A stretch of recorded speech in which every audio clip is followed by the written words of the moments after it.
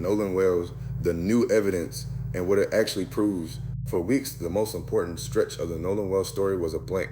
What happened in the hours before the 18-year-old was found dead off a remote Mississippi island, nobody outside the investigation could say. This week, that blank started to fill in. Not with a rumor and not with a theory, but with data. The boat's own GPS, a recording of the group calling for help, and word that this case is now heading toward a grand jury. Tonight, we go through exactly what just came out and what it does and does not prove. In a case that had gone quiet, 3 concrete developments landed almost at once. CBS News reported the boat's GPS data, reconstructing where that vessel went on the 4th of July. NBC News reported audio of the group on the water, calling for help as the boat took on water. And the family's attorney, Ben Crump, said the case is expected to go before a grand jury and that Nolan's recovered phone will be inspected. After weeks of silence, that is a lot of new ground.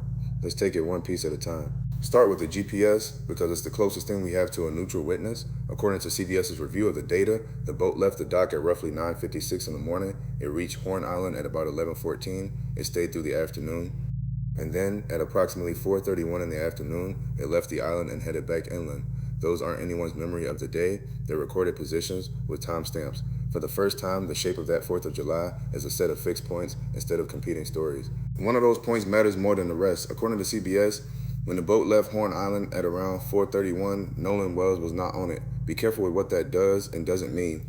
It lines up with what was said early on, that Nolan stayed behind, planning to come back later with another group. What the GPS establishes is narrow but real. The boat physically left the island that afternoon without him aboard. What it cannot tell you is why he wasn't on it, what state he was in, or anything about what happened after that boat pulled away. It marks a moment, it does not explain it. Online, that 4:31 timestamp got treated as a smoking gun almost instantly. It isn't one, and it's worth being blunt about why. GPS tells you where a vessel was and when. It does not tell you who was aboard at any moment. That's an inference layered on top. It doesn't record decisions or arguments or intentions. It can't distinguish someone who was left from someone who chose to stay from someone who couldn't get back. The timeline is genuinely valuable. But a timeline is a skeleton, and building a verdict on a skeleton is how the wrong people get blamed and the real answer gets lost. The second piece is sound. NBC News reported audio from that day, the group on the boat calling for help as it took on water, someone indicating they were sinking and needed assistance. If that reporting is accurate, it does something the GPS can't. It confirms the emergency was real. This wasn't a calm afternoon that only looked bad in hindsight. It was a boat failing, out on open water, with people scared enough to call for help. That single fact reshapes how you read every decision made in the hours around it. But hold the same discipline here that we held with the GPS. The audio confirms a crisis. It does not place Nolan Wells at any specific point in it. It doesn't tell us where he was when that call went out, whether he was still on the island or somewhere else, or how the group's choices were made in the panic of a sinking boat. It raises the emotional temperature of the story, and it should. What it doesn't do is answer the one question everyone actually wants answered. What happened to Nolan? Which brings us to the piece that could actually fill the gap, Nolan's phone. Attorney Ben Crump said the recovered device is set for a joint inspection, examined together by experts for the family and by the district attorney's office. If that phone was with Nolan, it could hold the very things the GPS and audio can't: his location over time, his last activity, whether he tried to reach anyone. Doing it jointly with both sides in the room is deliberate. It means that whatever the phone shows, neither side can later claim it was altered or buried. Then there's the grand jury. Crump said the case is expected to go before one once the sheriff's investigation wraps. That phrase makes people assume charges are coming, so let's be precise because it matters. As people has noted, a grand jury is part of the investigative process.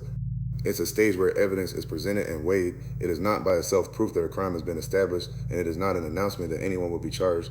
It's the system committing to a formal look, which is exactly what the family asked for, and no more than that yet. For everything that arrived this week, notice what still hasn't. There is still no official cause of death. The official autopsy and toxicology results have not been released. The family's independent autopsy findings are not public.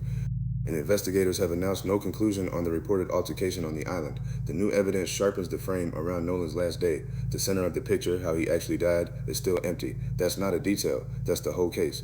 So here's a line we're holding as this moves. The GPS is a timeline, not a confession. The audio confirms an emergency, not an intent. The grand jury is a step, not a charge. Each new piece is real, and each one has an edge you can't see past. The people who love Nolan are watching every bit of this. They deserve an answer built on what the evidence actually proves, not on whatever version travels fastest. Where it stands tonight, GPS data reported by CBS gives us the clearest timeline yet of the 4th of July, including that the boat left Horn Island without Nolan aboard. Audio reported by NBC confirms the boat took on water and the group called for help. His phone is headed for a joint inspection, and the case is expected to reach a grand jury, but there is still no cause of death, no released autopsy, and no official account of his final hours. We've walked only what's on the record from the outlets that reported it. This story is still moving, and the moment the autopsy or the phone gives us more, we'll bring it to you. Nolan Wells was 18. He and everyone who loved him deserved the real answer, whatever it turns out to be. Thank you for watching Crimetown TV. If this story mattered to you, take a moment to like this video and subscribe and turn on notifications. We'll keep this updated as the facts come in.